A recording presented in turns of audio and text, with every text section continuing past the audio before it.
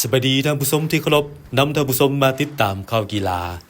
สองสโมสรอีสปอร์ตจากลาวเข้ารอบชิงชนะเลิศการแข่งขันอีสปอร์ตโมบายลีเจนด์แบงชิงแชมป์แม่น้ำคองหรือเอ็มซาเลนคัพแม่ของเอสไฟหมายความว่ามีทีมจากลาวได้สิทธิ์ไปร่วมชิงแชมป์โลก